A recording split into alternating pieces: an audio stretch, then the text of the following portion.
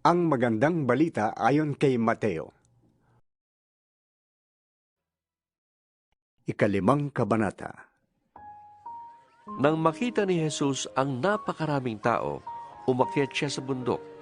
Pagkaupo niya ay lumapit ang kanyang mga alagad at sila'y tinuruan niya ng ganito. Mapalad ang mga taong walang inaasahan kundi ang Diyos, sapagkat mapapabilang sila sa mga pinagaharian ng Diyos. Mapalad ang mga nagdadalamhati, sapagkat aaliwin sila ng Diyos. Mapalad ang mga mapagpakumbaba, sapagkat tatamuhin nila ang ipinangako ng Diyos. Mapalad ang mga nagmimiting makatupad sa kalooban ng Diyos, sapagkat ipagkakaloob ng Diyos ang kanilang minimithi. Mapalad ang mga mahabagin, sapagkat kahabagan sila ng Diyos. Mapalad ang mga may malinis na puso, sapagkat makikita nila ang Diyos. Mapalad ang mga gumagawa ng paraan para sa kapayapaan, sapagkat sila ituturing ng Diyos na kanyang mga anak. Mapalad ang mga inuusig dahil sa kanilang pagsunod sa kalooban ng Diyos, sapagkat mapapabilang sila sa mga pinaghaharian ng Diyos.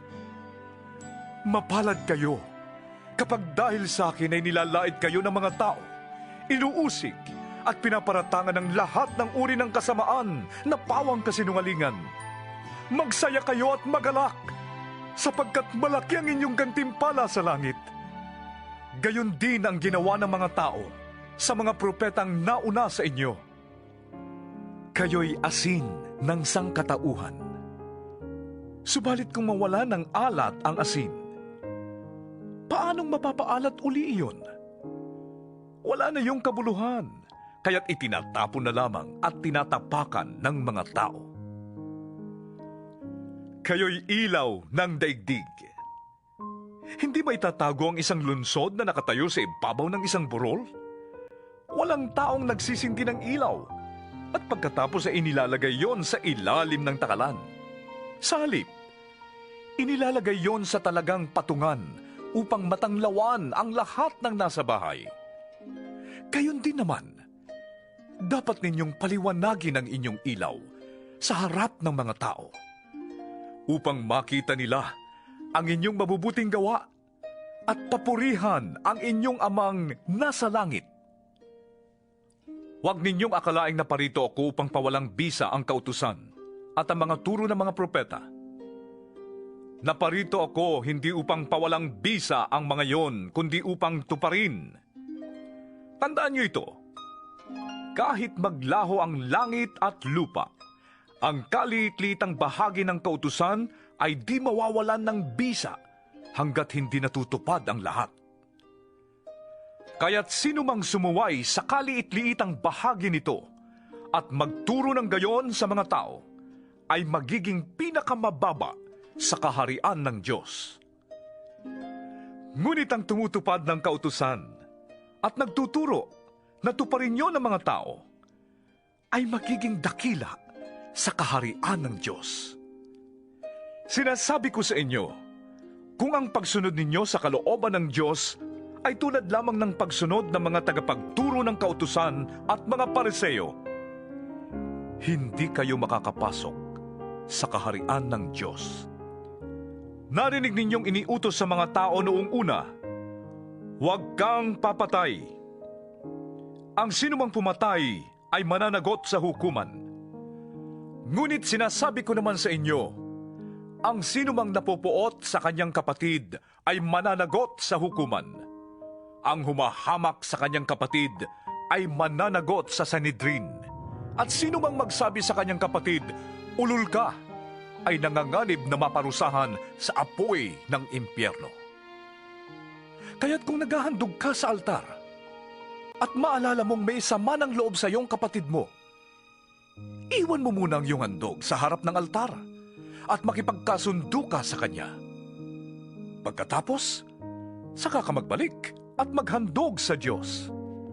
Kung may ibig magsakdal sa iyo, makipag-ayos ka agad sa kanya bago makarating sa hukuman ang inyong kaso. Kung hindi dadalhin kanya sa hukom at ibibigay ka nito sa tanod, at ikukulong ka naman sa bilangguan. Sinasabi ko sa iyo, hindi ka makakalabas doon hanggat hindi mo nababayaran ang kahuli-hulihang sentimo ng dapat mong bayaran. Narinig ninyo na iniutos noong una, huwag kang mangangalunya. Ngunit sinasabi ko sa inyo, ang sinumang tumingin sa isang babae ng may mahalay na pagnanasa, ay nangangalunya na sa babaeng yon sa kanyang puso. Kung ang isang mata mo ay nagiging sanhi ng iyong pagkakasala, dukitin mo ito at itapon. Mabuti pang mawalan ka ng isang bahagi ng iyong katawan kaysa ang buo mong katawan ang itapon sa impyerno. Kung ang iyong kamay naman ay nagiging sanhi ng iyong pagkakasala, putulin mo ito at itapon. Mabuti pang mawalan ka ng isang bahagi ng iyong katawan kaysa ang buo mong katawan ang itapon sa impyerno. Sinabi rin naman, kapag diniborsyo ng isang lalaki ang kanyang asawa, ito'y dapat niyang bigyan ng katibayan ng diborsyo. Ngunit sinasabi ko sa inyo, kapag diniborsyo ng isang lalaki ang kanyang asawa, maliban kung ito ay nangangalunya, itinutulak niya ang kanyang asawa sa kasalanang pangangalunya. At sino mang mag-asawa sa babaeng hiniwalayan, ay nagkakasala rin ng pangangalunya. Narinig din ninyong iniutos noong una, huwag kang susumpa na walang balak na tuparin ang iyong pangako. Sa halip, tuparin mo ang iyong sinumpaang pangako sa Panginoon. Ngunit sinasabi ko sa inyo, huwag na kayong manunumpa kapag kayo'y nangangako. Huwag ninyong sasabihing, saksi ko ang langit, sapagkat ito'y trono ng Diyos. O kaya'y, saksi ko ang lupa, sapagkat ito'y tuntungan ng kanyang mga paa. Huwag din ninyong sasabihing, saksi ko ang Jerusalem, sapagkat ito'y lunsod ng dakilang hari. Huwag mo ring sabihing, mamatay man ako, sapagkat ni isang buhok sa iyong ulo ay hindi mo kayang paputiin o paitimin. Sabihin mo na lang na, oo, kung oo, at hindi, kung hindi. Sapagkat ang anumang sumpang idaragdag dito ay buhat na sa masama. Narinig ninyong sinabi, mata sa mata at ngipin sa ngipin. Ngunit sinasabi ko sa inyo, huwag ninyong paghihigantihan ang masamang tao.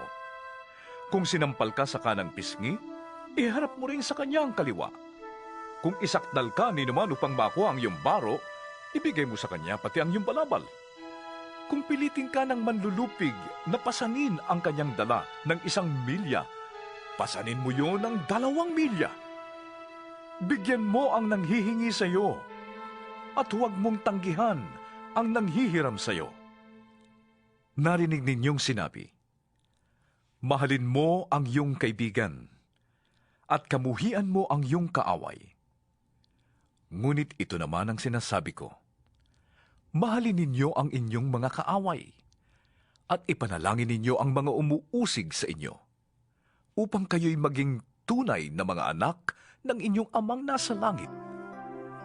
Sapagkat pinasisikat niya ang araw sa masasama at sa mabubuti, at nagpapaulan siya sa mga matuwid at sa mga di matuwid. Kung ang mga nagmamahal sa inyo, ang siya lamang ninyong mamahalin, anong gantimpala ang inyong maaasahan? Hindi ba't ginagawa rin yan ng mga maniningil ng buwis? At kung ang mga kapatid lamang ninyo ang inyong binabati, anong ginagawa ninyong higit kaysa iba? Ginagawa rin yan ng mga hentil. Kaya maging ganap kayo, gaya ng inyong amang nasa langit.